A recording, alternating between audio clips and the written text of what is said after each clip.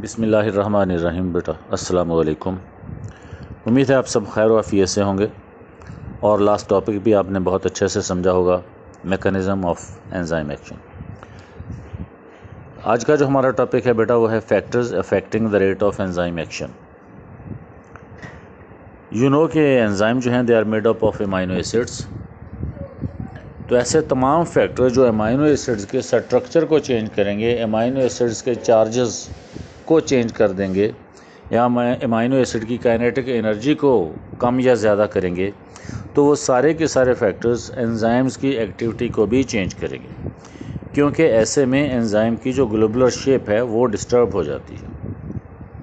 हम इंशाल्लाह बेटा इन सब फैक्टर्स को एक एक करके स्टडी करते हैं, डिस्कस करते हैं।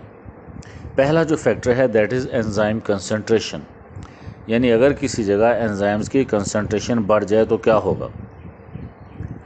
बेटा एंजाइम, सबसे पहले हमें यह समझना है कि एंजाइम क्या खुद से कोई केमिकल रिएक्शन करते हैं या किसी और सबस्ट्रेट के साथ केमिकल रिएक्शन करते हैं या खुद किसी रिएक्शन में हिस्सा लेते ही नहीं, खुद अपने आप को सिक्योर करते हुए सबस्ट्रेट को कन्वर्ट कर देते हैं प्रोडक्ट्स में। तो बेटा हमने एंजाइम की डेफिनेशन में ये पढ़ा था, इसके कैरेक्टरिस्टिक्स में ये पढ़ा था कि एंजाइम्स ग्लोबुलर प्रोटीन्स हैं जो किसी भी केमिकल रिएक्शन को स्पीड अप करती हैं bye lowering the activation energy, लेकिन खुद अनचेंज सेपरेट हो जाते हैं सबस्ट्रेट से। इसका मतलब यह हुआ कि एंजाइम अगर बहुत ज़्यादा भी किसी जगह पड़े हों तो वो खुद तो केमिकल रिएक्शन नहीं करते। हाँ, अगर सबस्ट्रेट कहीं मौजूद हों, किसी लोकेलिटी में सबस्ट्रेट पड़ा है, तो एंजाइम का क्या काम है, सिर्फ उसको स्पीड अप कर देना, उसकी प्रोडक्ट बनने के प्रोसेस को स्पीड अप कर देना। तो बेटा अगर सबस्ट्रेट किसी जगह बहुत ज़्यादा होंगे, एंजाइम कम हो, तो ऐसी जगह पे अगर हम और एंजाइम्स को इन डालते जाएँ, एंजाइम और शामिल करते जाएँ, ठीक है, अगर हम और एंजाइम इंड्यूस करते जाएँ उस लोकेलिटी के अंदर, तो जो केमिकल रिएक्शन है वो स्पीड अप होते जाए। हत्ता कि अगर हम एंजाइम्स का नंबर डबल कर देंगे तो केमिकल रिएक्शन भी डबल हो जाएगी, उसकी स्पीड डबल हो जाएगी। अब जैसे जैसे हम एंजाइम डालते जाएंगे rate of reaction speed up होता जाएगा, लेकिन एक सर्टेन लिमिट तक।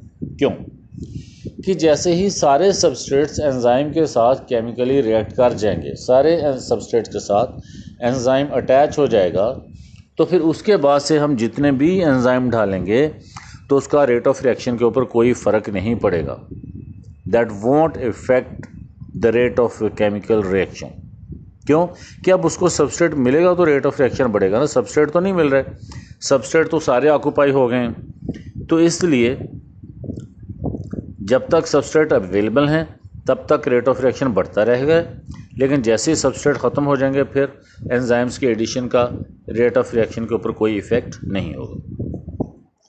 दूसरा जो फैक्टर बेटा वो है सबस्ट्रेट कंसंट्रेशन। ये बिल्कुल वही है सेम जैसे हमने एंजाइम में पढ़ा कि अगर किसी जगह अब एंजाइम तो मौजूद हैं लेकिन सबस्ट्रेट नहीं है, तो इट मीन्स कि केमिकल रिएक्शन नहीं होगा, क्योंकि एंजाइम खुद से तो केमिकल रिएक्शन नहीं करते।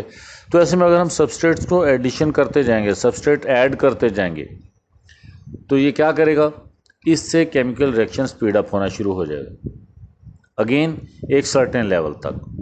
जैसे ही सारे एंजाइम्स की एक्टिव साइट्स सबस्ट्रेट के साथ अटैच हो जाएंगी, तो उसके बाद से आप जितने मर्जी सबस्ट्रेट ऐड कर लोगे, रेट ऑफ रिएक्शन जो है वो कांस्टेंट रहेगा। फिर ये लाइन बिल्कुल सीधी हो जाएगी ग्राफ की, फिर इसके ऊपर इसका कोई इफेक्ट नहीं होगा। बेटा ये दोनों फैक्टर उम्मीद समझ आ गए होंगे। पहले में हमने स्टडी किया कि अगर एंजाइम्स मौजूद हों, पहले में हमने जो किया वो किया था कि अगर सबस्ट्रेट मौजूद हों तो एंजाइम्स की एडिशन से रेट ऑफ रिएक्शन बढ़ता रहेगा, लेकिन जब सारे सबस्ट्रेट्स ऑक्यूपाई कर लेगा एंजाइम, तो फिर भले जितने मर्जी एंजाइम शामिल करते जाओगे तो रेट ऑफ रिएक्शन के ऊपर इसका कोई इफेक्ट नहीं होगा। अब दूसरा जो फैक्टर था वो है सबस्ट्रेट कंसंट्रेशन, कि अगर एंजाइम्स मौजूद हैं और हम सबस्ट्रेट उसके अंदर ऐड करते जाएंगे तो देन रेट ऑफ रिएक्शन बढ़ता जाएगा। But once all the active sites of the enzymes are filled, all the active sites of the enzyme are occupied by the substrate, फिर आप भले जितने मर्जी उसमें एंजाइम सबस्ट्रेट शामिल करते जाओ, चूँकि एंजाइम अब ऑक्यूपाई हो चुके हैं तो फिर रेट ऑफ रिएक्शन के ऊपर उसका कोई इफेक्ट नहीं होगा। अब वो लाइन बिल्कुल ग्राफ में स्ट्रेट रहेगी। ओके बेटा, थैंक यू।